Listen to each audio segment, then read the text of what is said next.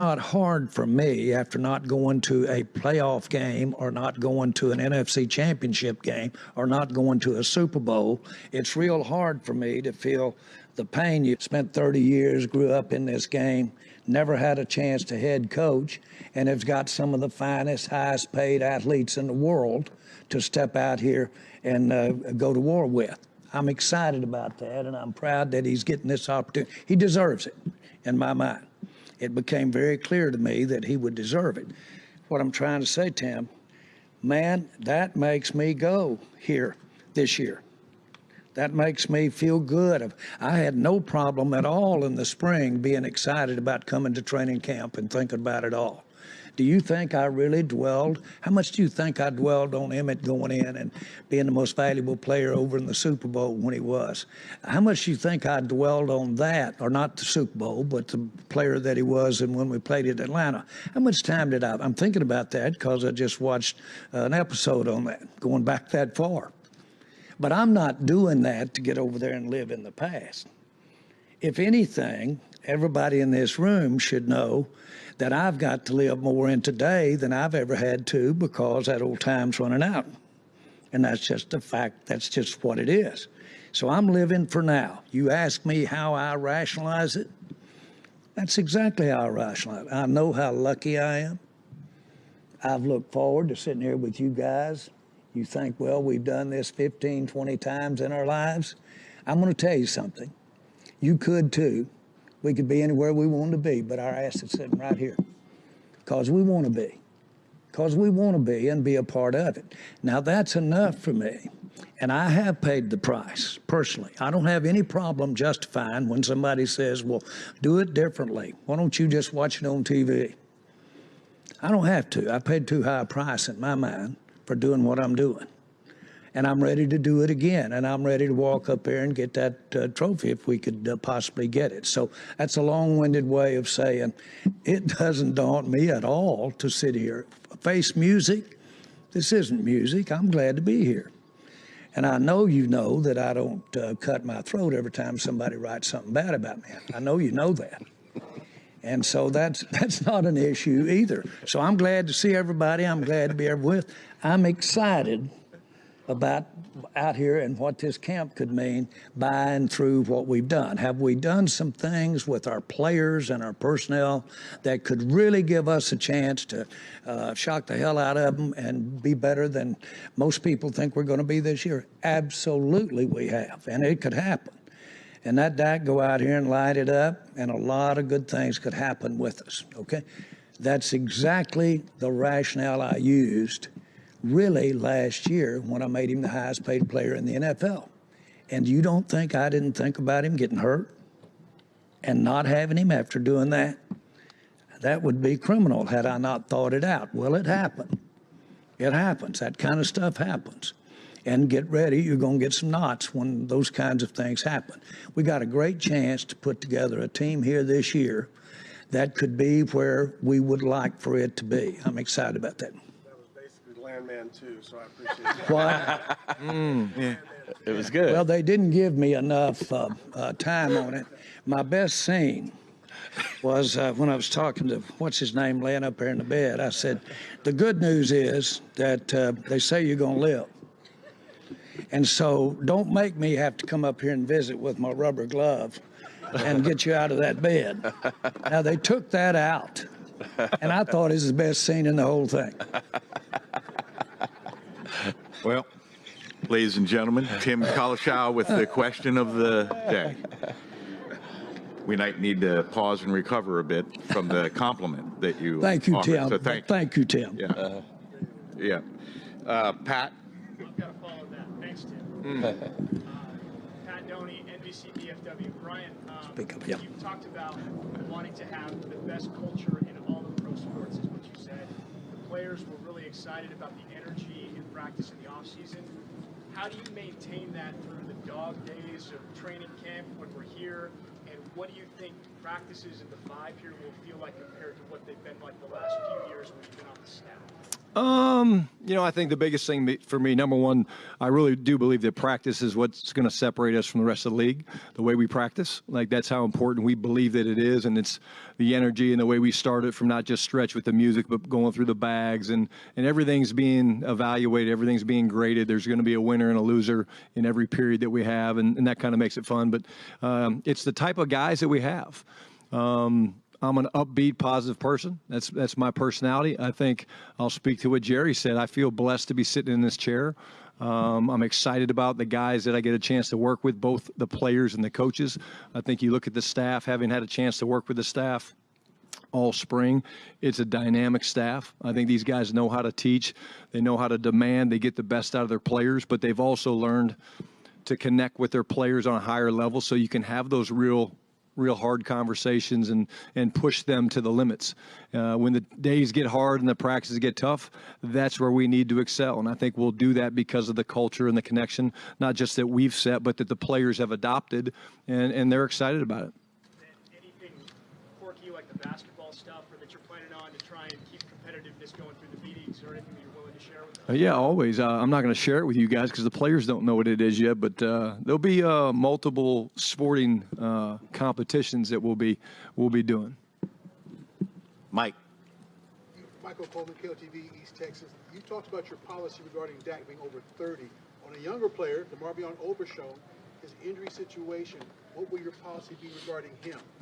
Yeah, each player is different. Obviously we trust the training department. I think Jim and Britt do a terrific job with our doctors. But, again, there's a lot that can be learned from a knowledge standpoint by watching, by teaching. What I like to do with the guys that are out is actually let them coach some of the younger players. So like a guy like Demo, he can take, some of the younger linebackers that we have, Shamar James, and spend time teaching them things and coaching them while they're watching. So we don't see it as missed opportunities. Of course, you're not going through the physical aspect of it, but there's a lot that can be learned and taught when you actually teach something instead of just doing it. Sometimes players that are these elite athletes, you ask them to do something, they're like, oh, okay, that's easy for them. But when they have to explain how to do it to someone else, they really learn the insight that goes along with it. Deuce. Mike Ducey, Fox 4. Hey, Jerry, I think you answered this in Tim's question, but I'm going to ask it anyway. When you talk about changes and the willingness to make wholesale changes, has stepping away as GM even ever crossed your mind momentarily as a possibility through all these years? And again, repeat that. I think I know what you said, but repeat it. Has stepping away as general manager ever been even a momentary consideration for you through the years? Yes. Momentary.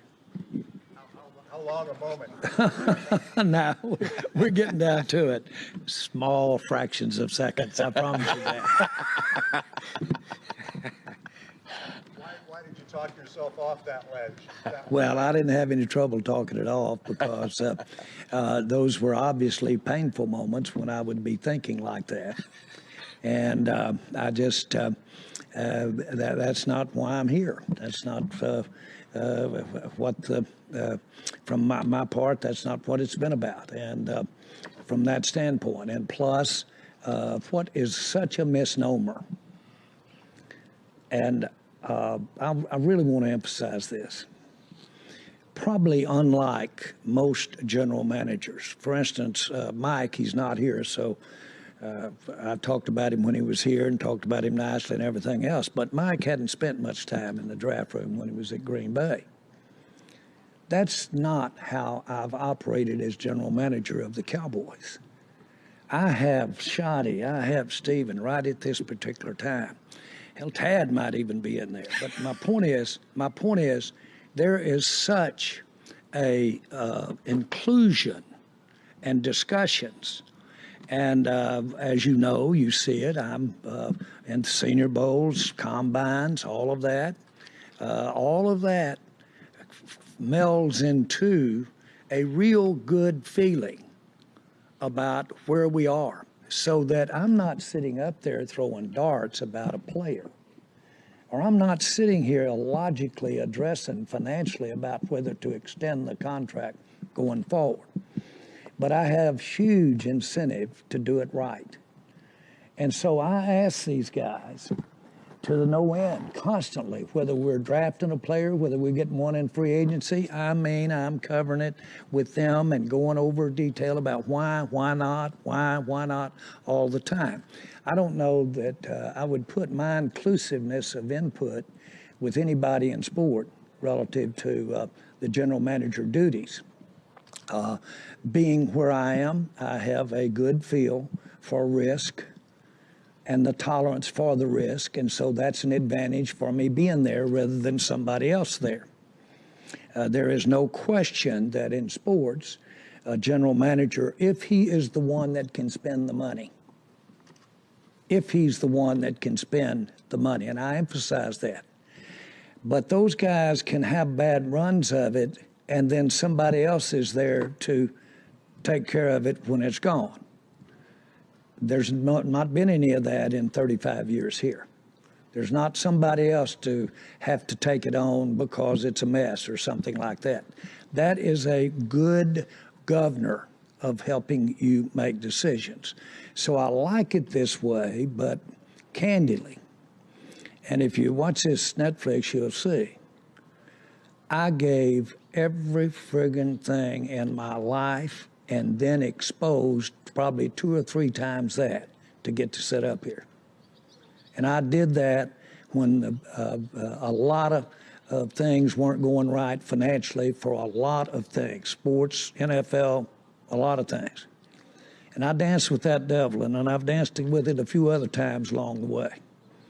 So if you think a little bit of what you write is going to deter me from sitting up here doing what I want to do, you're wrong. It's just not going to do it, because I've danced with the devil, the financial devil, and lived to tell about it.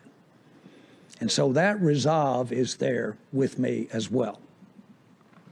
Coach, just real quick, you've obviously had this job for a while now, but to be sitting here today, just personally, what does it mean to you to be on the eve of your first training camp as a head coach? No, I'm just thrilled, man. I think why the people I get to do this with day in and day out, Stephen and Jerry, the entire Jones family. You take these couple weeks off, right, and everybody kind of goes all over the map, and then you're about a week or two away. You start realizing, like, man, I really miss the guys. I miss CD. I miss seeing Sanborn. I miss seeing those guys. And then you start shooting them texts, and then you kind of you work yourself into a frenzy. The excitement and the man, I can't wait to get started. So, again, just thrilled to get started. It's going to be an awesome camp. We feel great about where we're at, and truly seeing these guys makes me feel like the luckiest man in the world that I get to lead those young men. KJ Doyle, KRGB, Coach Schottenheimer, you heard just a few minutes ago, Jerry talked about how he feels like you've earned this opportunity, and what does the support that you have from him kind of mean to you, and how are the emotions kind of different heading into your first training camp as a head coach rather than an assistant on the staff? That's a good question. Number one, the support from both these guys has been amazing. We've had some incredible conversations going back through the interview process and then through free agency and the draft. And I will piggyback off what Jerry said. I mean, the give and take is outstanding. How does this player fit? What's the role? Those conversations happen 24/7, and that's been awesome. And just in terms of this opportunity, do I think I deserve it? Absolutely. Do I think I'm ready? There's no question. And it can't get here soon enough. I guess it's here, but to get in front of the players and get started a little bit later today is going to be great. I look real closely at, in Shotty's case, but I look real closely at the incentive to do everything he possibly can do to help our Cowboy fans, help us have a success. And he's got so much riding on him. He's got that dad in the sky. He's got his mom. He's got family. But more important, he's got a lifetime of work.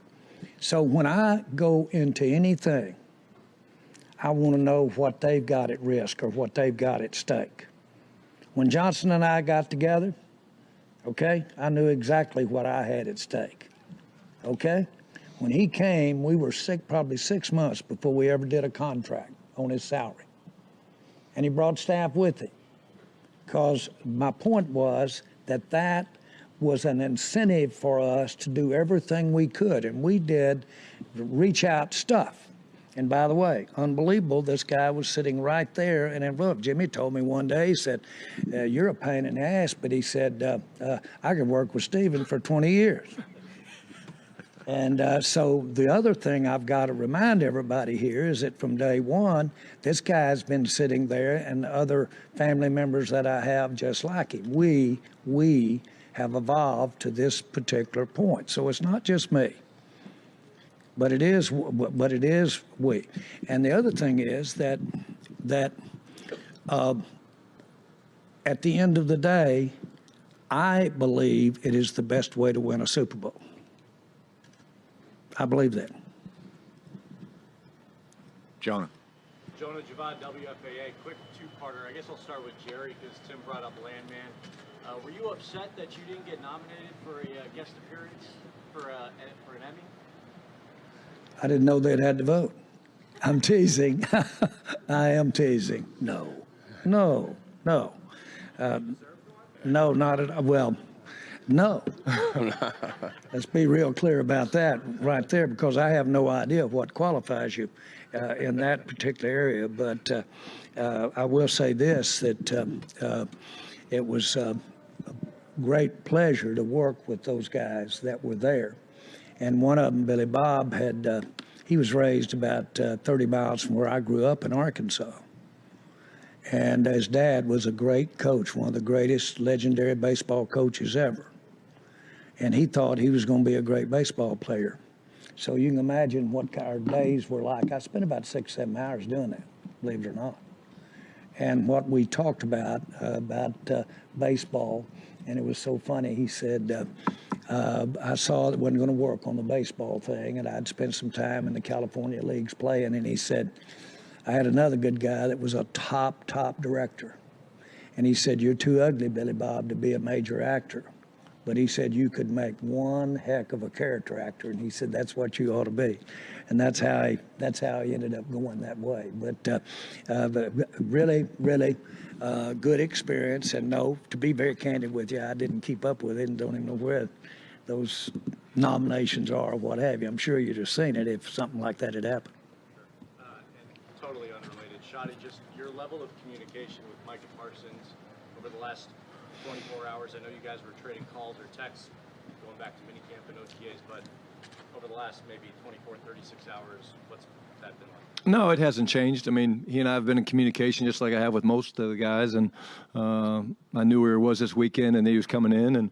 And again, this time of year is a dead period, so you can't talk football, which we don't. You know, you guys know me. I'm a big connection guy. I'm a big culture guy. So it's more just checking in, telling guys I miss them. What are you up to? What do you need? Let me know if you need anything. And it's been no different. I'm not surprised he's here. I know what he's all about. I know he's about winning. I know he's about being great. And I would say my communication with him is no different than it was in the beginning. Any level of frustration, because you guys have preached kind of leadership, and some of the guys have preached wanting to be leaders, but not being present or not being on the field for certain things. Is it frustrating at all when some of your star players are not fully committed, so to speak, on certain aspects of what you're trying to build? Well, leadership's definitely a commitment. I wouldn't say that I wouldn't look at our locker room and say there's anybody that's not committed to being a leader. I think part of leadership that makes it so hard is you can try to lead and guys don't want to follow. And so I think that's where the work ethic and being out there and doing the stuff, and there's a lot of different ways to lead. But I look at that locker room. There's a lot of guys that have leadership capabilities that get me excited and get me looking forward to letting them speak. I'm not the only one that speaks out there after practice. I let those guys speak. This is their team. They're the ones that step in between the white lines and have to go out in there to battle. And I think we've got a dynamic group of young men that are really ready to take that next step of leadership. You've got a huge, you got a dynamic going on. You've got 10%, 12% of your people making 2/3 of the money. And so it's incumbent upon that group right there to walk and lead. Walk and lead. And it covers a lot of ground, what that is, to make that work. And this is all a part of it to make it happen. But that's not that's nothing new. I've talked to people all over the league, and that's that's what you've got. You've certainly got players that are going to make more money than other players make, and but they've got to wear it. Calvin. Any frustration, because you talked about leadership and that kind of thing, and it's in its contract, but any frustration that, hey, we had to take money away from Diggs because he's not showing up working out at the facility the way you want him to? No, he didn't earn it. He didn't come. That's in his contract that he doesn't get that unless he's going to be here. And think about it a minute. Do you have to go to work and show up and all that kind of stuff? Of course you do. We all do. And bottom line is that those are contractual things, as Stephen said, and it would be very detrimental to the team not to abide by the agreement. Gordon Keith of the Ticket in Dallas. Since my esteemed colleague from the state of Texas, Tim Calishaw, derailed us into landman talk, I'm going to continue that derailment and ask about your Hollywood career. Are you aware that there's a cartoon in which you appear as a character, and were you approached to do a voice for a cartoon? Now, repeat the last part. I really didn't hear it, but There is a cartoon in which you are a character that's going to be on the Cartoon Network. Were you ever approached as becoming a voice actor for that cartoon? we're getting drowned out. But I'm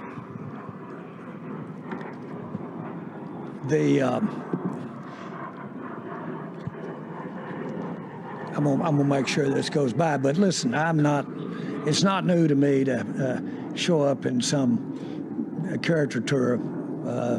It really isn't, and they've used a few in the whole thing there. So I'm not sure that I understand. Was it risque or what was it? It's not really risque on your part, no. No. That's good. That's good. No. No. And I can There've tell been you, those too, buddy. yeah, and I can tell you he wasn't approached. Right, yeah. Yeah, I haven't seen it. And are you aware of the fake Jerry that's on the ticket? Just as a curiosity. I'm very aware. Yes, sir, I sure am. And for years, did some of the best laughing, especially when I think they did things in there about Jerry Jr. And we used to really fall out over that. And Gene owned me hard and fast for not having Jerry more involved. So get all that kind of stuff. Listen. I haven't worked in 35 years, okay? I've had the damnedest run and the most fun that you could ever imagine. And I've really got to do it. This isn't Calishaw talking here or not talking, but I've got to do it with this big boy. That wasn't a big boy necessarily when we started, but a big boy, and I've got to do it with his sister and other sister and our family. And I don't have any trouble on getting a little heat. Promise you that. That's petty stuff. It's been too good. Brad. Brad Sham, Cowboys Radio, 105.3 The Fan. I'm not sure it's even appropriate to ask a football question anymore, but Ryan, you mentioned... It's all football, Brad. Yeah. That's what I'm trying to say. It always has been. We just introduced it more like that when we got here. Tell that to the people watching the Cartoon Network. But, Brian, you mentioned Sanborn. Short list of new veterans who you are expecting to be significant, who maybe people are not talking about? Good question. Love Jack and what he brought to the team this spring. Kyer Elam's a guy I'm really excited about. I mean, Javonte Williams, Miles Sanders, Peyton Turner. I mean, the list goes on and on. I think you look at what we were able to do, not only signing our free agents that we wanted back, but adding some of the depth pieces that we wanted to do. And those are some names that pop off the list. But we've made a very competitive roster. And that's why, again, the importance of practice and the evaluation. And when we go through the drills, making sure we're getting guys paired up with the right guys for matchups and things like that, that's all part of the process. And, Tyler Guyton going against Micah Parsons is great for Tyler Guyton. And something that we were doing last year before Tyler got dinged up a little bit. But couldn't be more excited about the roster of players and young men that we've accumulated. Patrick. I want to thank Brad for this alley-oop. position question for Coach. Shotty, you'd have to go back, I mean, you can go back 14, 15 years or so, and it's a rare occurrence in which the Cowboys don't even have an indication of who their lead running back might be. You guys added 4 new guys, 2 rookies, 2 veterans. You mentioned Javonte, you mentioned Miles. Through OTAs and minicamp, has either of those running backs kind of started to take the lead as front runner, or are all of those guys going to get fair shot at first team reps? Yeah, I think they'll all get fair shot. The problem with OTAs for a running back is the game is meant to be played very physically. You know, so the way you run through the hole is different when you're wearing pads or you're in a 9-on-7 period than it is when you're running around in shorts and T-shirts and OTAs. They'll all get reps, but I will say again, of the 2 veteran guys, they're very different. You know, Javonte looks great. Miles looks great. We're excited about Jaden. Hunter Lepke, I always talk about him just with his versatility and what he can do. And, of course, there's, Deuce. But that's one of the matchups and one of the position rooms that we're very excited to watch and see where it develops, not only through practice but in through the preseason games. Clarence. One question for Stephen. Have you talked to Little Getter at all, or was it just Adam? Just Adam, up to now. And obviously, Shotty, we know about Jerry and Stephen's angst to win, 30-year drought and all. But Dak talked about your hunger and how you want to win for your dad and your family, and this is what you've been born to do. Can you speak to your hunger to win and win a Super Bowl for your family and for yourself? Yeah, one thing I would say, Clarence, is, the hunger I have now is for the young men in that locker room. It's for the Joneses. When we win a Super Bowl, my dad will get a ring. I can promise you that. But look, this is something where I grew up with a father that there was one goal, and he was very open talking about Super Bowls and winning a World's Championship, and he never did it. It doesn't change his legacy and how good of a coach he was and the type of impact he had on people's lives. But, these guys over here, they have Super Bowls. They've won rings. I don't have one, and I want one in the worst way, and I'm willing to work my ass off and lead this group of guys whatever way it takes to help them achieve that. But it's really not just for me. If anything, it's more for them. Nick, last one. Nick. Quick question. Did you guys have a chance to speak with Cavante Turpin since his arrest, and how do you guys plan on going about discipline? Spoke to Terp, talked through it with him. He explained a lot of things. He understands that there's a standard, the way that we conduct ourselves, and he knows that he needs to be better, but we won't get into all the specifics. All righty. Thank you very much, guys. Thanks, guys. Thank you.